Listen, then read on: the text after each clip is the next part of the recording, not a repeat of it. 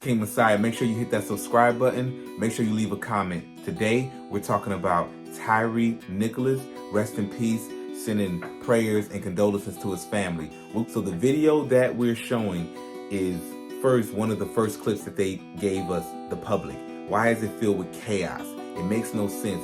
It's already been confirmed that there's over an hour worth of video, but they only released a video filled with chaos. So this is body cam of the chase.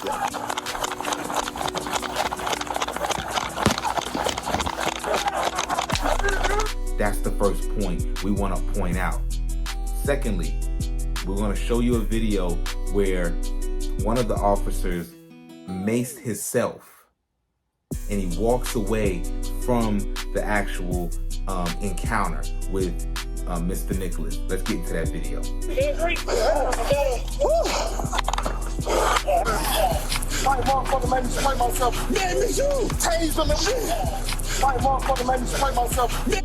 Did he just say white MF made me spray myself? Please, family, leave that in the comment. Did he say white MF? This white MF made me spray myself. I'm gonna slow it down. I'm gonna replay it, but this is very important.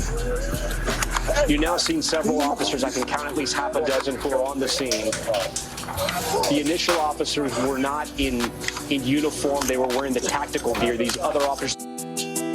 So, breaking news. People are asking, who is the white officer who is seen in this video macing Mr. Nichols? The white hand. Who is this white officer? Why is he not in any of the pictures? Why is he not a part of this story? Okay, Mr. Nichols' dad actually brought this up to a reporter. What's up with the white cop? Hold on, this is Tyre's dad. Hold on. There was a white officer that was tasing my son. And we don't understand how come his name was not put out there or mentioned in this whole fiasco. The media's not talking about it either. It's very So yes, odd. I think that there should be quite a few additional charges. Where is this white officer? This further proves that it's one big conspiracy. This is more than it meets the eye. Where is this white officer, and why isn't he included in this entire debacle, in this entire injustice, in this assassination?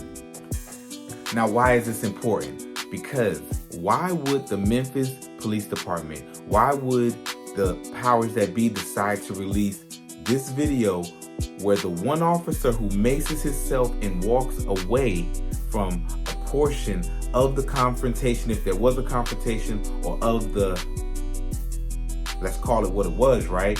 Why would the organization, the police department, decide to release the one body cam footage of the one officer who walks away because he maces himself? That gives us nothing. What are we looking at? How are we witnessing? What are we looking at? You mace yourself, okay, you step to the side. Let's see the body cam footage of the officers who are on Mr. Nicholas. We don't need to see an officer in the street panting because he maced himself. We don't need to see that. So that is a testament of their guilt, innocent lives. I'm not here to, we're going to let the courts play it out, but that is a testament. They're clearly guilty. They're clearly guilty because Tyre is 130, 40, 50 pounds, and it's three of you guys. You don't need to kill him. You get trained to apprehend someone without killing them, even if they're a little aggressive. Come on. And then you guys are trained to apprehend people without killing them. That's deeper than anything. Man is laying there on the ground and he looks defenseless. He's not reaching for anything. You guys had enough time to pat him down to know he doesn't have any weapons on him. I think it also shows the face of white supremacy isn't just white. 5 black cops killed another black man, but they represent white supremacy. But they're not white. So this isn't about color. So if we can be fair it has to work in opposites too. We have to understand that everybody black is not for your good of interest, and they can represent white supremacy. And if you come across a Caucasian that may be a John Brown stock, you know, acknowledge that may happen, but we not, you know, pandering to that, and we not, you know, caping for that. But we do recognize that there are, it has to be reversed. You can't be one-sided with it. So we have to be fair, you know, and that's why we treat everybody and judge people off pretty much their actions. That's all you can judge them off of. All right, moving along, we all for the power and the energy. We're all for the spirit of being in the streets and letting your voices be heard. But we have to now take it to another level of proactive and of results, of production. Because if we're in the streets yelling, then we don't get nothing done. And then in another 2 weeks, there's another Tyre Nicholas and another George Floyd and another Sandra Bland and another, and we back out there marching. Tyre Nichols! Tyre Nichols! Tyre Nichols!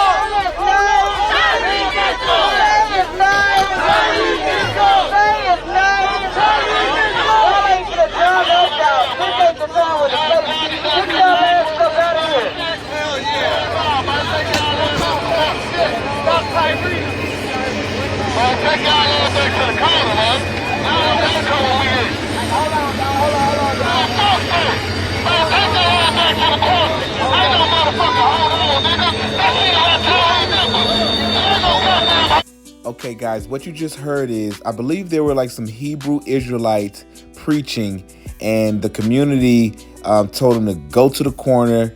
You know, we don't want to hear that this is about Tyre Nichols, but I think this highlights how even during a protest for Tyre Nichols, the black community, you know, display division and contention. And I think this is a greater topic that has to be addressed. But we see it happening right before our eyes between, you know, black brothers. All right, so let's get back to the video. We back out there marching, then we get another one. It becomes insanity. So we all for the spirit, but we have to galvanize on a different level. And I think if there was a real agents of change on the legislative level, on lawyers, judges, prosecutors, and defense attorneys, all creating a coalition of change to change there's no possible. You have to change the fabric of some of the Constitution, the laws, all the way. I mean, I think that's a worthy challenge. I think that is a worthy challenge. The most elite lawyers and judges and prosecutors, and I mean, that's basically what politics is. That's why people lobby. That's what the lobbyists do. They go out there and they lobby for our brightest politicians and our brightest academias and scholars, and that's how you push legislation. Okay, Memphis, Tennessee is about 3 hours and 26 minutes from Mississippi. Memphis, Tennessee, these southern states are very, very, very, they're holding on to that same spirit of injustice, of treating people inhumane, because the laws and it reflects in the infrastructure. So this is a deeper issue than just Tyre Nichols being by these 5 officers, which is horrible. But let's be clear, every weekend in one of these towns, somebody is being, and some of them are being reported on the news and some are not. We have to approach this in a different manner. And that's what I'm big on. So we're looking at the footage. What kind of justice is going to be done? They're going to go to court. They're going to get some type of slap on the wrist, maybe, or they may make an example because they're still black. It may be easier to throw them under the bus. And look what we gave y'all justice. Give all of them life. What's your take on it? They have just released edited body cam footage of Tyre Nichols and it's not looking good. It's not looking good, and it's looking like a cover-up.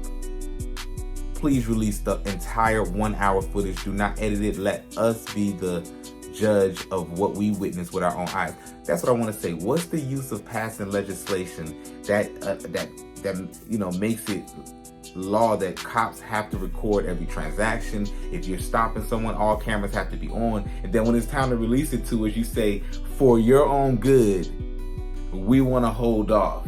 It should not work like that. And the reason I look like I'm smiling or laughing because it's comical, because that's insanity.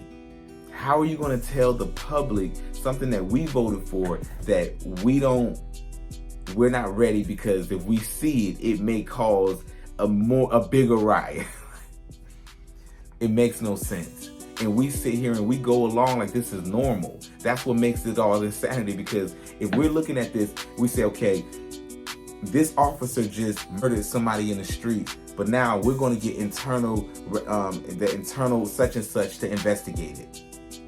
Internal services, whatever you call that internal department, they're going to investigate their own department internally. It's like there's a child in the family, there's a file in the family, and the family says, look, we're going to investigate this, but you're allowing the person who's like real best friends with the perpetrator, the person who's best friends is doing the investigation. That doesn't make any sense. It should be an outside source. Why is it an internal investigation? We're doing an internal. No, it should be an external. External. We want to review every case, and that's why I said we need lawyers that are really into justice. All right, let's talk about Cop City. Did you know somewhere in Atlanta, and I believe it's really close to DeKalb County, I'm going to visit Cop City very soon. They're trying to bulldozer 100 acres, if not more, because it sits adjacent to probably like 260 acres, and create a compound that's completely just America's first 100-acre compound of destruction, a military base right here in Atlanta, the Chocolate City, where they do all their training and drilling, and they do all their tactical and they recreate cities, and they just 100 acres.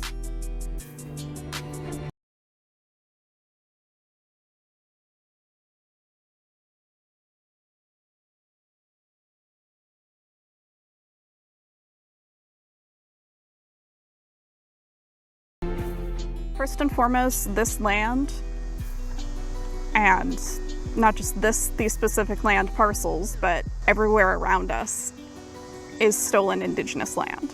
This land specifically was inhabited by the Muskogee. You may have heard them referred to in school as the Creek. After it was stolen, it was a plantation. We believe it was the Key family. We believe that this is the same Key family that appeared on an 1860 slave census, showing that they owned 19 slaves on this land. In 1911, another member of the Key family sold, I believe, 268 acres to the city of Atlanta. Farming and prison operations kind of began properly, at least by the late 1920s, early 1930s. So certainly by late 1930s, 1940s, the Atlanta City Prison Farm was well underway. And the horror stories began right here in Atlanta. And in order to manifest that, there's all these surrounding towns though. That's the irony, that Georgia's very big. Why it has to be in Atlanta? Take that to, what's that place? Helen, Georgia, or take it, Rome, Georgia. Why you want it right here in Atlanta? They like, no, we want it in Atlanta. We want to mow 100 trees. And Atlanta is a very botanical city where they cut through trees and build houses. They want to just, and now you see the military going in and out, doing all type of training. Listen, Atlanta's getting very metropolitan. It ain't the place that they always tell you, hey, that's where you want to start looking at it from an objective lens. Looking at it not from what they tell you, but from what you can see, feel, and hear. It's a very serious topic. 100 acres to create a utopia for military and cops, and you talk about the feds, and you talk about it, Atlanta PD, it's gonna be on steroids. You're gonna have robo-cops running through there, and Atlanta's gonna be the new utopia or dystopia. Look, what's your thoughts? Do you know that there were protests and activists? It was kind of weird. A lot of them were coming from out of Atlanta that were protesting. That made it look a little staged, I will admit. You got people coming out of state into Atlanta to protect the forest and fighting against mowing down this forest and creating Cop City. So now you have the oppositions. Atlanta, Georgia. Calls are growing for an independent investigation into the police killing of an activist Wednesday during a violent raid on an encampment of protesters opposed to the proposed $90 million Cop City training facility in a public forest. Law enforcement officers, including a SWAT team, were clearing protesters who'd occupied a wooded area outside the center when police claimed they were fired on and fired back. Police say a Georgia state trooper was wounded by gunfire. Activists have now released the name of the victim of the police shooting, longtime activist Manuel Terán, who went by the name Tortuguita. In an audio statement sent to Democracy Now! Thursday, an Atlanta forest defender describes what happened and who Tortuguita was. They asked to remain anonymous and for their voice to be distorted for security reasons. On Wednesday, January 18th, multiple police departments descended upon Weelaunee People's Park in unprecedented numbers and force. They blocked access to the park on both roads and bike trails. Some people were arrested for attempting to document police actions that day at the park. Gunfire was heard at 9:04 a.m. About a dozen shots fired in rapid succession, followed by a loud boom about a minute later. For hours after the murder of Tortuguita, police continued to hunt, assault, and arrest our brave forest defenders. Those defenders and trees were targeted with pepper bullets. One tree sitter had their tree house, which stored food and water, cut from beneath them. They were left without food and water for over 12 hours up in the tree, as police waited at the base of the tree to capture them. This same tree sitter continued to stay in their tree until the next morning when they were arrested. Other forest defenders were chased by police dogs. These defenders had to hide and flee for their lives, all the while with the nauseating knowing that their dear comrade had been murdered in the sacred land that we call home. Defend the forest, and one of the main defenders of the forest, which I want to dive into who he was, hear some of his speech, because I don't know anything about him. I have to say that publicly. I don't know anything about Defend the Forest, but me being a reporter and an investigative journalist, we're going to be diving into who is Defend the Forest and who is, let's see the person who died. I'll get that name out of respect for him. We're going to get it right here. Hold on here. Justice for Para Tortuguita. Yeah, it's some interesting stuff. You got to be careful connecting with anything that you don't know that's from the grassroots, because they're labeling them domestic terrorists. Let's just call it right now what it is, or what they're calling them. So I publicly let it be known I don't know anything about them, but it is a topic that people that live in Atlanta, the genuine people, they are concerned now. Let's be clear. The community has gone to community town hall meetings with the commissioners and the people, and they have expressed their disdain, their distaste. They do not want Cop City. I mean, would you? If you every day you woke up and you breathed the oxygen from 100 acres in your backyard, and they're planning to put $1 billion military facility where they're going to be doing some of the world's most dangerous drills, and they're going to be in and out of it's just going to be a military base. Come on. While we're here, let's talk about it. Got to talk about Ed Reed. The players have been speaking out.